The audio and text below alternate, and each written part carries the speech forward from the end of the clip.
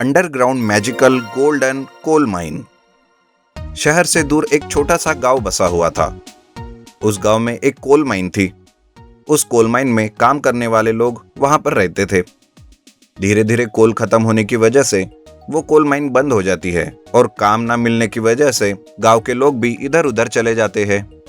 लेकिन सूरज और नीरज नाम के दो दोस्त उसी गांव में रह के मिला हुआ काम वो करते थे और साथ में सूरज घर के आंगन में सब्जियां उगाता था और उसे बेचकर थोड़े बहुत पैसे कमाता था।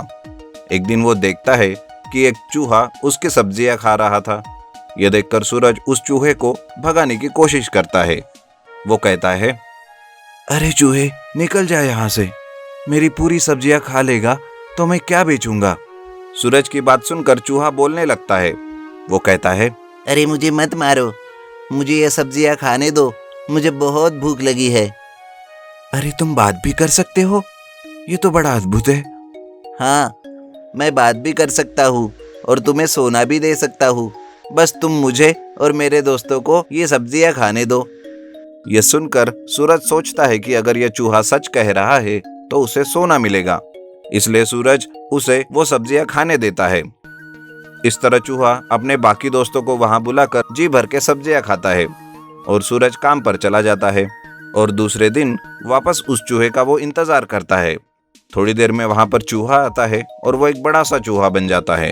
वो कहता है, चलो मेरे साथ, मेरे पीठ पर बैठ जाओ और सोना लेने के लिए एक बोरी भी ले लेना। सूरज एक बोरी लेकर उस चूहे के पीठ पर बैठ जाता है। वो चूहा जोर से भागने लगता है और सूरज को लेकर कोल माइन में जाता है। ये देखकर सूरज कहता है, अरे इस कोल माइन में और क्या हो सकता है। अरे यही तो है वो सोना। थोड़ी देर में दोनों अंडरग्राउंड कोल माइन में पहुंचते हैं और जहां पर रुकते हैं वहां पर सिर्फ कोयला ही कोयला रहता है। वो चूहा कहता है, जाओ सूरज, तुम्हें जितना सोना चाहिए उतना सोना ले लो। सूरज देखता है कि वहां पे सिर्फ कोयला है और कुछ भी नहीं। वो चूहे से पूछता है, अरे लेकिन यहाँ पे तो सिर्फ कोयला है, यहाँ पे कहाँ सोना है। अरे पहले तुम उस कोयले को हाथ में तो लो, बाद में पता चलेगा। सूरज जाके उस कोयले को हाथ में लेता है। वो तुरंत सोना बन जाता है। ये देखकर सूरज अपने बोरी में आधा बोरी सोना भर लेता है और कहता है, चलो चूहे, मैंने काफी सोना ले लिया, अब चलते हैं। मुझे जीवन जीने के लिए इतना सोना बस है। अरे वाह, तुम बहुत अच्छे इंसान हो। ऐसा बोलकर वो चूहा फिर से सूरज को अपने पीठ पर बिठाकर वापस उसे घर छोड़ देता है और वो धीरे धीरे सोना बेचकर पैसे कमाता है। लेकिन उसका दोस्त नीरज उसकी ये तरक्की देखकर चौंक जाता है और वो सोचता है, अरे ये क्या हुआ, गांव में तो ऐसा कोई भी काम नहीं बचा कि इतने जल्दी अमीर बन जाए। फिर ये सूरज कैसे अमीर बन गया। ये जानने के लिए वो सूरज के पास जाता है और उसे पूछता है। वो नीरज को सब कुछ बता देता है। ये सुनकर नीरज सोचता है कि वो भी उस चूहे के साथ जाकर अंडरग्राउंड कोल माइन से सोना लेकर आएगा। ये सोचकर नीरज दूसरे दिन चुपके से सूरज के सब्जियों के पास छुप कर रहता है और जैसे ही वो चूहा आता है उसे पकड़ लेता है और कहता है, सुन चूहे, तुम मुझे भी उस underground magical golden coal mine में लेकर जाओ और सोना दिलाओ, वरना मैं तुझे छोड़ूंगा नहीं, मार डालूंगा। ये सुनकर वो चूहा बड़ा हो जाता है और नीरज को अपने पीठ पर बिठाता है और नीरज को उस अंडरग्राउंड कोल माइन में लेकर जाता है। लेकिन नीरज बहुत सारी सोने की बोरियां भरता है। ये देख चूहा कहता है, अरे बाप रे, इतनी सारी बोरियां मैं कैसे उठा पाऊंगा। अरे इतना बड़ा है तू, इतनी सी बात के लिए क्या डर रहा है। चल मुझे अपने पीठ पर बिठा और ले चल घर।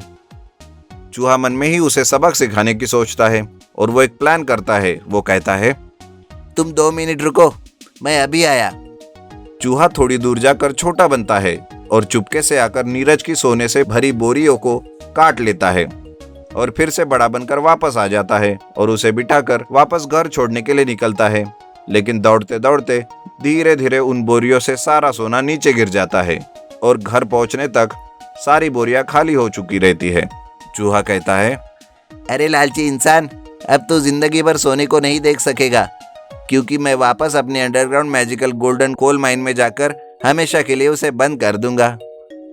ऐसा कहकर वो चूहा वहां से भाग जाता है और नीरज अपने ही लालच से वहां पर बैठकर रोता रहता है।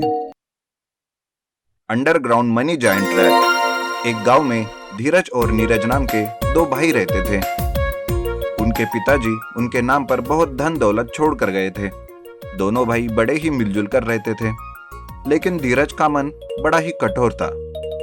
वो कभी किसी गरीब की मदद नहीं करता था। लेकिन नीरज दिल का बहुत दयालु था। उसके मन में हमेशा गरीबों के लिए दया रहती थी।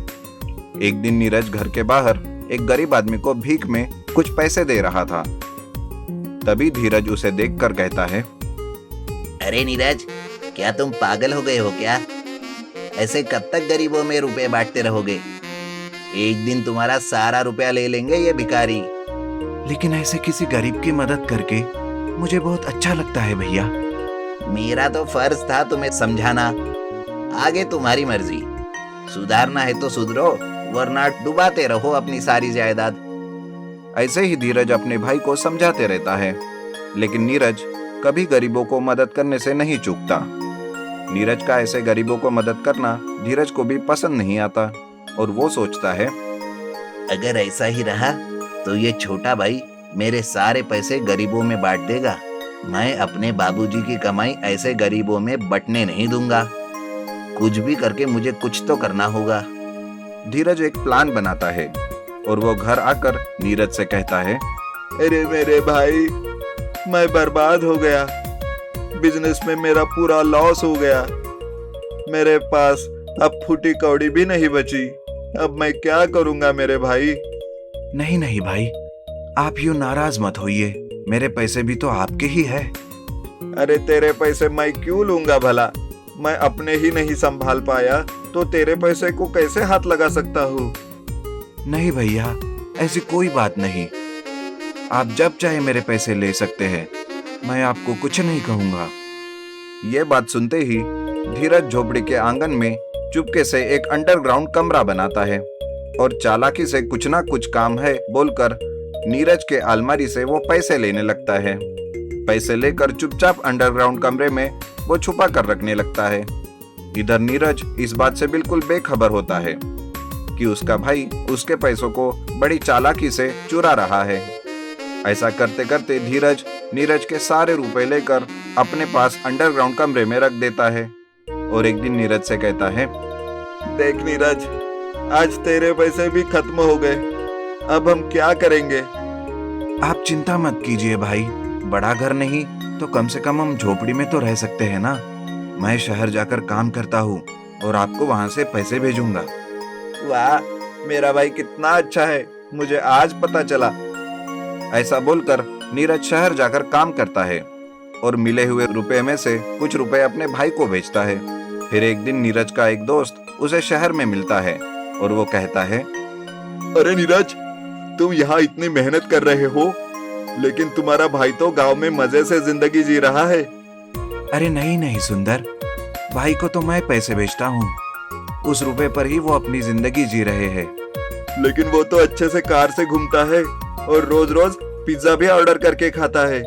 नीरज मना करता है, लेकिन दूसरे दिन वो गांव में जाकर देखता है। वो घर जाता ही रहता है, तभी उसे एक पिज्जा वाला उसकी झोपड़ी में डिलीवरी करते हुए दिखता है। उसके जाने के बाद नीरज चुपके से झोपड़ी में जाता है, लेकिन उसे वहां कोई नहीं दिखता। तभी उसे एक चूहा झोपड़ी के छोटे गड्ढे से नीचे जाता हुआ दिखता है। नीरज उस गड्ढे के पास जाकर कान लगाकर सुनने की कोशिश करता है।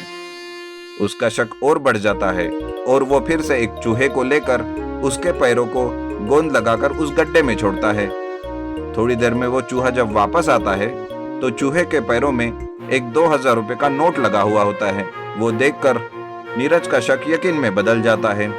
नीरज अंडरग्राउंड जाने के लिए रास्ता खोजता है। तभी उसे आंगन में वो रास्ता मिलता है और उस रास्ते से वो अंडरग्राउंड में जाता है। जैसे ही वो अंडरग्राउंड जाता है, वो चौंक जाता है। वो देखता है तो धीरज मजे से पिज्जा खाता रहता है। वो वापस ऊपर आ जाता है और झोपड़ी के अंदर धीरज का इंतजार करता रहता है। कुछ देर के बाद धीरज आता है और कहता है, अरे नीरज, तुम कब आए? मुझे तो पता ही नहीं। आप कहाँ गए थे भाई? अरे भाई, गया था कुछ भीख मांगने। 2 दिनों से कुछ खाया नहीं है ना।